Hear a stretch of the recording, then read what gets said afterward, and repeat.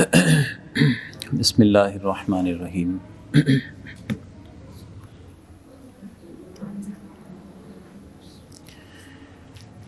الحمد للہ رب العالمین والصلاة والسلام علی سید الانبیاء والمرسلین۔ آج 3 ماہ رمضان المبارک یوم وصال ہے حضرت سیدہ طیبہ طاہرہ خاتون جنت حضرت فاطمۃ الزہرا رضی اللہ تعالی عنہا وسلام اللہ علیہا کا۔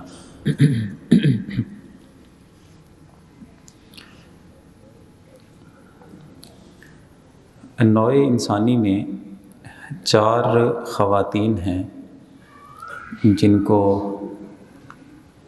زمانے بھر کی خواتین پہ فضیلت حاصل ہے۔ یہ حدیث طیبہ کا مضمون ہے۔ وہ 4 عورتیں کون سی ہیں؟ حضرت سیدہ ام المومنین خدیجۃ الکبریٰ رضی اللہ تعالیٰ عنہ، اور دوسری حضرت فاطمۃ الزہرا رضی اللہ تعالیٰ عنہ، تیسری حضرت مریم بنت عمران حضرت عیسیٰ علیہ السلام کی والدہ محترمہ، اور چوتھی حضرت آسیہ بنت مزاحم فرعون کی بیوی جو بعد میں مسلمان ہوئی تھی۔ یہ 4 خواتین ہیں۔ پھر انہی 4 سمیت زمانے بھر کی جتنی بھی خواتین بیٹی ہونے کی حیثیت سے سب سے زیادہ جو فضیلت حاصل ہے وہ حضرت فاطمۃ الزہرا رضی اللہ تعالیٰ عنہ کو حاصل ہے، اور جو ان کی فضیلت ہے وہ اس اعتبار سے زیادہ ہو جاتی ہے کہ حضور سید عالم صلی اللہ علیہ وسلم نے حضرت فاطمۃ الزہرا کو اپنے جسم کا ٹکڑا قرار دیا ہے۔ یہ جو فضیلت ہے یہ صرف سیدہ پاک کے ساتھ ہی خاص ہے، جسم کا ٹکڑا۔ اس لیے ہمارے علماء کرام نے ایک بات لکھی کہ مردوں میں اگر حضور کے مشابہ، یعنی آپ بولتے کیسے تھے، آپ اٹھتے بیٹھتے کیسے تھے، اور آپ کی ادائیں کیسی تھیں، آپ کی عبادتیں کیسی تھیں، آپ کے معاملات کیسے تھے، مردوں میں اگر یہی حضور کی مشابہت یا حضور کے اوصاف دیکھیں تو حضرت امام حسن اور حسین میں نظر آتے ہیں، اور اگر خواتین میں دیکھیں تو وہ صرف حضور کے جتنے بھی اوصاف ہیں، حضور کے کام کاج ہیں، اگر وہ خواتین میں دیکھیں تو وہ صرف ایک ہستی سیدہ فاطمہ میں نظر آتے ہیں۔ اور یہ بڑی فضیلت ہے جہاں پہ حضور صلی اللہ علیہ وسلم نے فرمایا کہ فاطمہ میرے جسم کا ٹکڑا ہے، جس نے اسے خوش کیا تو گویا اس نے مجھے خوش کیا، جس نے اسے ناراض کیا تو اس نے مجھے ناراض کیا۔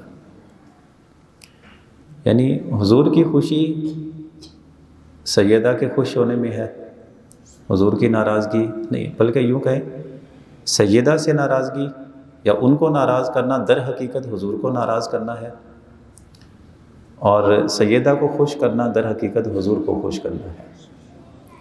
اب ہم اگر یوں کہیں کہ حضور کو خوش کرنے کا طریقہ کیا ہے، سیدہ کو خوش کیا جائے، اور حضور ناراض ہوتے ہیں وہ سیدہ کی ناراضگی سے۔ اچھا، میں اور آپ جو بیٹھے ہیں تذکرہ کر رہے ہیں، اور ایصال ثواب جیسا تحفہ جو ان کی پاک بارگاہ میں ہم پیش کرتے ہیں، وہ بھی اصل ایک بہانہ ہوتا ہے کہ کسی طریقے سے سیدہ پاک کی دعاؤں کا حصہ وہ ہمیں بھی مل جائے، ہم بھی اس کے حقدار بن جائیں۔ وہ کیسے ہوتا ہے؟ قیامت کے دن جب سب کے اعمال نامے کھولے جائیں گے اور اللہ کی بارگاہ میں پیش کیے جائیں گے، اب وہ بندہ دیکھے گا کہ میرے اعمال کیسے تھے۔ تو ہماری جو چاہت ہوتی ہے نا، اصل یہ ہوتی ہے کہ سیدہ پاک قیامت کے دن جس وقت اپنے نامہ اعمال دیکھیں تو اس میں کچھ سورہ یاسین پڑھی ہوئی، درود پاک پڑھا ہوا اور دیگر جو ان کے نام کا صدقہ ہے، میں کروں، آپ کریں، مل کے ہم کریں، تو وہ جب اپنے نامہ اعمال میں دیکھیں اور پھر پوچھیں اللہ کی بارگاہ میں کہ باری تعالیٰ یہ کس نے بھیجا ہے؟ اس کے ساتھ کوئی نسبی رشتہ نہیں، کوئی لین دین کا تعلق نہیں، کچھ بھی نہیں۔ کیوں؟ کہ آپ کی ذات بڑی عالی ذات ہے، آپ کا مقام و مرتبہ بہت اعلیٰ عرفہ ہے، تو آپ حضور کی لخت جگر ہیں، آپ سادات کرام کی والدہ ہیں، تو اس لیے ہم نے اس ادب اور احترام کی وجہ سے آپ کی بارگاہ میں یہ ثواب کا تحفہ پیش کیا ہے۔ وہ خوش ہو جائے اور ان کی خوشی سے حضور کی خوشی مل جائے گی ہمیں۔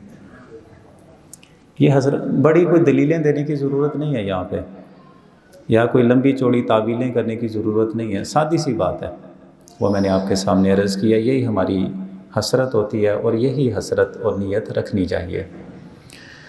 باقی آپ کی حیات طیبہ سے جو ہمیں بہترین قسم کی تعلیمات ملتی ہیں، کوئی بھی خاتون ہے نا، 3 روپ ہوتے ہیں اس کے، کسی بھی خاتون کے۔ ایک وہ خاتون اس حیثیت سے وہ خاتون ہوتی ہے کہ وہ بیٹی ہے، اور دوسری حیثیت یہ ہوتی ہے کہ وہ کسی کی بیوی بنے، بیوی ہونے کی حیثیت سے۔ تیسرا روپ اس کا ہوتا ہے ماں ہونے کی حیثیت سے۔ آپ یہ تینوں حیثیتیں دیکھیں، حضرت سیدہ زہرا بتول رضی اللہ عنہا کے معاملے میں بیٹی ہونے کی حیثیت دیکھیں، اس حیثیت سے دیکھیں تو انہوں نے حق ادا کیا، اگر بیوی ہونے کی حیثیت سے دیکھیں تو انہوں نے حق ادا کیا، اور اگر ماں ہونے کی حیثیت سے ان کی ذمہ داریاں کیا بنتی ہیں اس حیثیت سے دیکھیں تو ان کی کمال شخصیت نظر آتی ہے۔ اور میں یہ جملہ ہر بار عرض کیا کرتا ہوں کہ ان کی عمر مبارک آپ پڑھ کے دیکھیں، عمر کے جس حصے میں ہمارے معاشرے میں جو ایک ریت بنی ہے نا، عمر کے جس حصے میں ہماری بچیوں کی، بہنوں کی شادیاں ہوتی ہیں، عمر کے اس حصے میں سیدہ پاک کا انتقال ہو چکا ہے۔ لیکن آپ عورت کے تینوں روپ دیکھیں، بیٹی ہونے کی حیثیت سے، بیوی ہونے کی حیثیت سے، ماں ہونے کی حیثیت سے، آپ کہیں گے کمال درجہ حاصل کیا انہوں نے۔ ایک مثال اسی پہ بیٹی ہونے کی حیثیت سے دیکھیں، ایک تو ان کی فضیلت کی بات ہے، فضیلت کی، کہ سارا زمانہ حضور صلی اللہ علیہ وسلم کا نام لیتا ہے تو دل سے الفاظ کیا نکلتے ہیں؟ فدا کا ابی و امی یا رسول اللہ۔ صحابہ کرام کا یہی معمول تھا کہ حضور سے جب بھی گفتگو کرتے تھے یہ کہتے تھے، یا رسول اللہ ہمارے ماں باپ آپ پہ قربان ہوں۔ سیدہ پاک وہ ہستی ہیں کہ حضور صلی اللہ علیہ وسلم نے ایک مرتبہ بات سمجھائی تھی، اشاروں میں بات سمجھائی تھی کہ زندگی میں نمائشیں کبھی نہ کرنا، یعنی لباس پہننا ہے نا، جسم کی ضرورت ہے، تو جسم کی ضرورت ہے لباس پہننا، جسم ڈھانپنا ہے تو اس کے لیے لباس پہننا، لیکن اس لباس کو نمائشوں کے طور پہ نہ لینا۔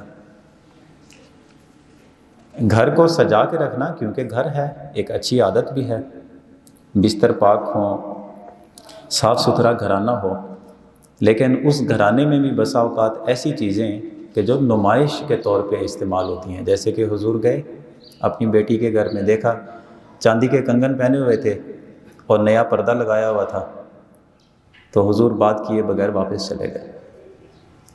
معمول کیا ہوا کرتا تھا، بیٹی کے گھر جاتے تھے، ہاتھ پکڑ کے حضور ہاتھ چومتے تھے اور بیٹی کے پیشانی کا بوسہ لیا کرتے تھے، لیکن اس بار واپس چلے گئے۔ اب وہ خود بخود فیصلہ کرتی ہیں کہ بات کیا ہوئی ہوگی۔ بات اس سے پہلے جب حضور آئے تھے اس وقت سے لے کر اب آنے تک میرے گھر میں کچھ چینجنگ یا میری عادت میں، میری باتوں میں کیا دو ہی چیزیں سمجھ آئیں، ایک پردہ نیا لگایا اور دوسرے کنگن پہنے ہیں۔ کنگن اتار کے حضرت بلال حبشی کے ہاتھوں حضور کی بارگاہ میں بھیج دیا، حضور اپنے جو غریب غربا لوگ ہیں آپ کے چاہنے والے، آپ ان کو کسی کو بھی دے دیں۔ کتنی آپ اندازہ لگائیں اس کی مالیت یا وزن کتنا تھا، 2.5 تولے تقریباً اس کا وزن نکلا۔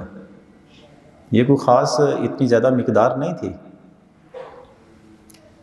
لیکن حضور صلی اللہ علیہ وسلم نے بیٹی کو اشاروں میں سمجھایا کہ جو چیزیں نمائش کے طور پہ لی جاتی ہیں وہ زندگی کا حصہ نہ بنے۔ جب بیٹی نے ایسا کام کیا وہ حضور اتنا خوش ہوئے۔ حضور جب واپس آئے اپنی بیٹی کے گھر میں تو حضور نے یوں بازو کھولے ہوئے ہیں اور آپ اپنی بیٹی سے کہہ رہے ہیں کہ میرا باپ تجھ پہ قربان ہو جائے، نہیں بلکہ تیرا باپ، اپنی طرف حضور نے اشارہ فرمایا، تیرا باپ تجھ پہ قربان ہو جائے، بیٹی تو نے بڑی اچھی اطاعت کی ہے۔